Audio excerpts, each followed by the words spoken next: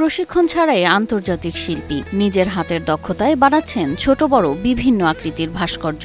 যেটা বলবেন মানুষ থেকে শুরু করে যা বলবেন দেব দেবতার মধ্যে আমাদের জাতীয় যা আছে মুসলমান বোরাক্তরা আছে এগুলাও করছে। শিশুকাল থেকেই মাটি, আগুন ও মোমের সাথে কাটানো দিনগুলোতে জন্ম নেয় শিল্পের প্রতি আগ্রহ। তখনই শপথ করেছিলেন, অন্যরা যদি পারে আমি কেন পারবো না। এই বিশ্বাসই পরিণত হয় তার জীবনের চালিকা শক্তিতে। অনেক লস খাইছি, তারপরে মোটামুটি 2-1 বছর পর এই কাজটা আমরা পুরোপুরি স্বয়ংসম্পূর্ণ হইলাম। বংশানুক্রমে ঢাকার ধামরাইয়ের কারিগর পাল পরিবারে জন্ম আনন্দচন্দ্র পালের। তিনি যে পদ্ধতিতে ভাস্কর্য নির্মাণ করেন সেটি হল লস্ট ওয়াক্স মেথড, অর্থাৎ এটি অতি প্রাচীন ও জটিল ধাতু শিল্প প্রযুক্তি। আমি এই কাজটা করি প্রায় 50-60 বছর।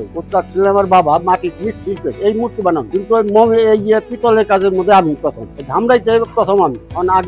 আগে পিতল মূর্তি তৈরি হইতো অনেক আগে, ওটা আমরা দেখিও না। এই প্রযুক্তির প্রথমে তৈরি হয় মোমের মডেল, তারপর মাটি দিয়ে ঢেকে ভেতরের ফাঁপা অংশে ঢেলে দেওয়া হয় গলিত কাঁসা বা পিতল। ওয়েল্ডিং করতে হয়, ফিনিশিং দিতে হয়। শেষ ধাপে সূক্ষ্ম খোদাই ও বিশেষ পলিশের মাধ্যমে প্রতিটি ভাস্কর্য হয়ে ওঠে এক অনন্য শিল্পকর্ম। ধামরাইয়ের কাঁসা পিতল শিল্প এখন তার হাত ধরেই পৌঁছে গেছে আন্তর্জাতিক পর্যায়ে। ইউরোপ, অস্ট্রেলিয়া, যুক্তরাষ্ট্রের মন্দির ও জাদুঘরে। জাদুঘরে একটা খাট আছে, এক জোড়া সিংহ আছে আমার হাতে।